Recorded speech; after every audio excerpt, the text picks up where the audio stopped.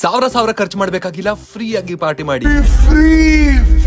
ಮೋಜು ಮಸ್ತಿ unlimited fun. ಚೆನ್ನಾಗಿದೆ.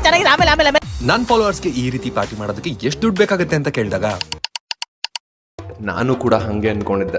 ಮೊದಲು ಈ ವಿಡಿಯೋನ ನಿಮ್ಮ ಪಾರ್ಟಿ ಗ್ಯಾಂಗ್ ಜೊತೆ ಶೇರ್ ಮಾಡಿ, ದುಡ್ಡಿಲ್ದೇ ಇದ್ರು ರಾಜ ತರ ಹೇಗ್ ಬದುಕೋದು ಅಂತ ನಾ ತಿಳಿಸ್ಕೊಡ್ತೀನಿ.